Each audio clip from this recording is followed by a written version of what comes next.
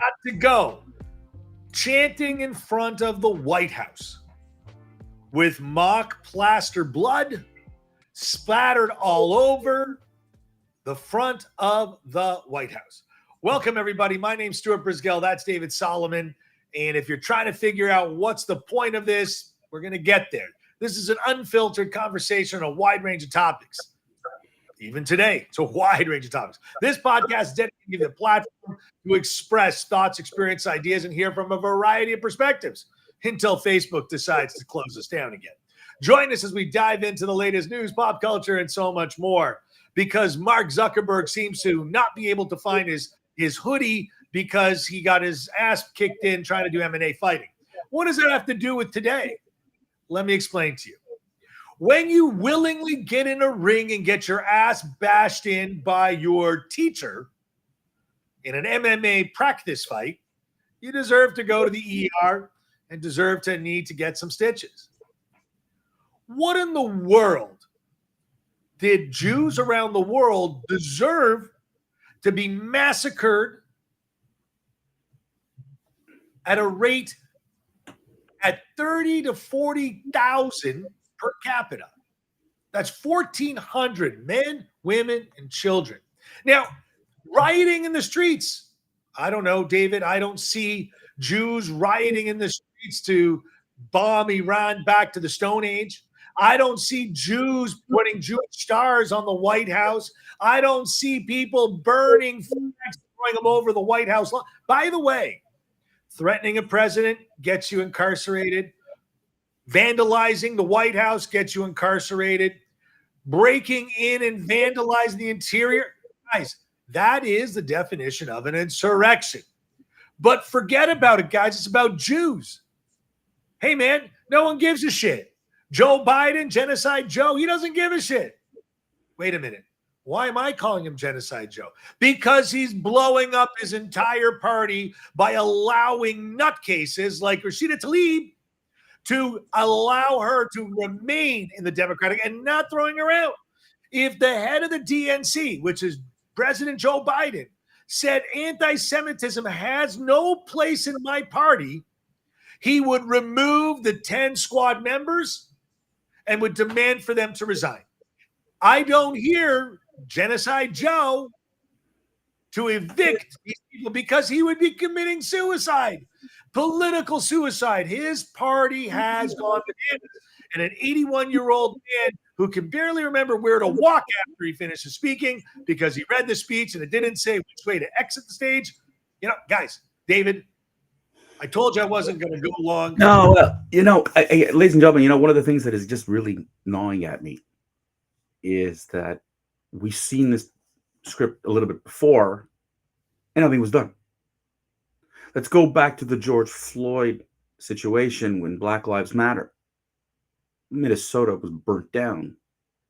Why? And I'm saying the state, Minneapolis was burnt down because Black Lives Matter came out, marched, protest, no problem. Wanted Black Lives Matter as a chant, no problem. But burning down people's businesses, damaging property, attacking white people, all of that was justified. The left justified it with the word anger. They're angry. This is how we express our anger. Really? That's interesting. That's what we said when Stuart and I started this rant 3 years ago. We questioned this exact notion. We are teaching our children to express anger with violence. That doesn't make any sense in a democracy. What makes sense is talk, negotiate, vote, not destroy someone's business. And African Americans, by the way, they lost their businesses, their life savings, because Black Lives Matter were angry. Here we are in 2023, and supposedly, we have some very angry people out there. And I'm saying supposedly, because the people protesting today, the people out there today aren't protesting for a Palestinian state. They're protesting for death to Jews. And if you hear those chants, from the river to the sea, Palestine will be free. is one thing. But when you hear gas the Jews, kill the Jews, clean our country of Jews, that, ladies and gentlemen, is attempted murder. That is calling for genocide. So to call the president of the United States Genocide Joe, ha ha ha, because he's allowing Israel to defend herself, and I'm not going to get into this whole BS about poor Palestinians and this, that, and the next thing, Stuart. What I am pissed off about is in my own country, in your country, we have let the inmates run the asylum. When you looked on Saturday at the march in Washington, Stuart, as you clearly said, and you hear people saying, I want Jews dead. Come on. Where are we? You should not even be allowed here. And the applause and the thank you Oscar goes to Rashida Tlaib for best performance of a racist in Congress, who last night was censured not only by Republicans, but by 20 Democrats as well. Now, censured only means she got a big slap on the wrist and saying, yeah, you were out of line. Folks, the media loves it. The politicians love anarchy. And the problem is that our leadership is hiding in bunkers. Joe Biden was in Delaware on the weekend, Stuart, relaxing. He had to relax. Listen, he's tired. I get it. And while that absolutely vile protest was happening in Washington, D.C., where are the politicians and the media to condemn those actions of defacing property, of chanting death? Burning American flags, David. Burning American flags. Do you know burning an American flag is a criminal offense in the United States? Yeah, and how many people were arrested, by the way, this past weekend? That's a wonderful. You know what? The people who supposedly committed an insurrection in January 6th were holding American flags. This weekend, they were burning them. Yep. I want to know. I really think I've got to start calling Debbie Wasserman Schultz, the congresswoman here in South Florida. I think I need to ask her what is her opinion on the record about her party. I mean, it's at the point where the politicians who are vilely racist need to be called out. And if they don't support American values, it needs to be pointed out. Because without doing so, we're just contributing to the problem. David, you have a similar problem in Canada because, you have a black-faced prime minister who I believe just welcomed 500,000 Palestinians to move to Canada. No. Where'd you get that information? That was floating on a scroll. No. Please. I got to tell you something. Canada's got a different problem.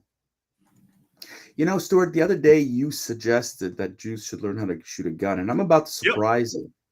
In the last 48 hours, I have had that conversation with Jews here in Montreal who brought it up to my attention, having heard our rant, asking me why I'm opposed to it because they want to get a gun. The fear really, kind of accelerated itself when yesterday morning, my synagogue, my community center, they threw a Molotov cocktail. They attempted badly to burn it down, and nothing happened. No damage. No one was hurt. It was in the middle of the night. We've been here before. Last spring, we had an incident where we had Israeli flags on a Jewish school that were taken down and burnt by a token idiot, and the police did nothing. Nothing. There was nothing done. And probably, again, nothing will be done here. But what people are starting to realize is that, and we talked about this on Monday, we are being let down. We are being let down at every level. And now the question is, what do we do? And people are scared, Stuart. Hang on, David. One of the things I'm waiting for you. I think I want to clarify. I'm waiting for you. Come on. Yeah. All right. Go.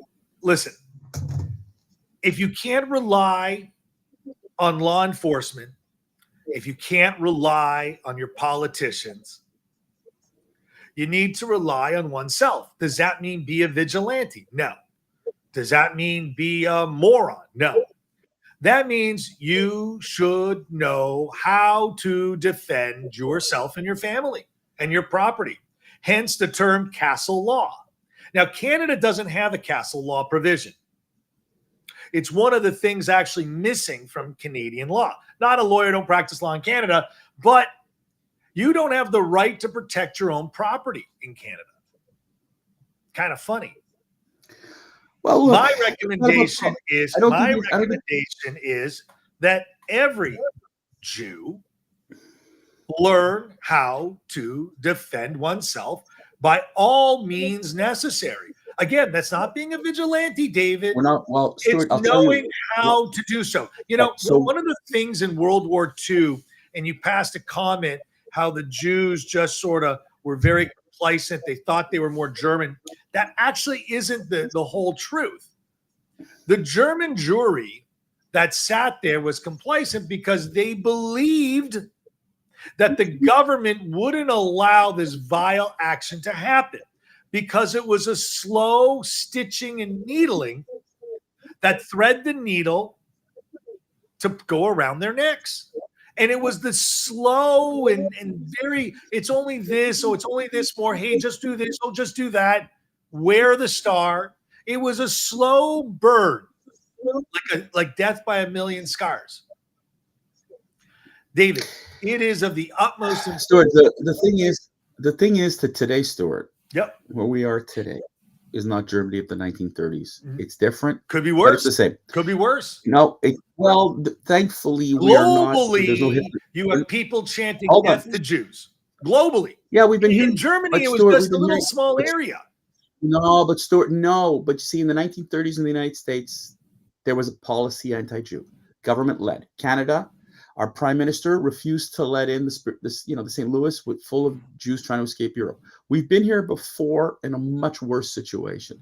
Thankfully, we have a country, and thankfully, we have more opportunities than we did before. It's the same, but it's different. I'm not suggesting that we should be ignoring it. In fact, I know people who are taking down mezuzahs, who don't want to wear Star of Davids, they don't want to wear the kippas because they're afraid. But what I do know is this. I am not. And I am standing up to anybody who wants to come at me. And I don't really care. Now, I'm not asking for violence, and I'm not asking for anything more than a great conversation. If you want to engage me in a conversation of fact, I am there for you at any time. You want to yell at me? You want to beat me? You want to call death to Jews? You want to call me genocidal? Save your breath. Go stand with all the rest of those lunatics, because a lot of you who are screaming that have absolutely no clue what you're cheering for. Okay? You don't. You only have this racial desire in you, and that, my friend, is going to get you evicted from my community, from my country. I don't know, but you are going to get evicted. Okay? Because where once upon a time, Stuart, we weren't allowed to do anything. Oh, today's a little bit different. And I'm not talking about physical violence. So if you want to come and tell me today that you don't want to, if you saw what happened, by the way, with some makeup companies who said, I don't know if you heard, but there's a makeup company that it just canned Bella Hadid. Why? You support hate and racism, not Israel. Hate and racism, you will lose. David, she's a great example. Time to wrap it up. That's all for today's episode. Thank you for tuning and listening to the Rant Network. We hope you've enjoyed this conversation, gained some valuable insights. We appreciate your support. Join us next time, Monday, Wednesday, Friday, noon Eastern, for another thought-provoking conversation. In the meantime, don't forget to follow social media, share your thoughts. Remember, we're always interested in hearing from our viewers, learning about topics that you may not be talking about. Keep on ranting, guys.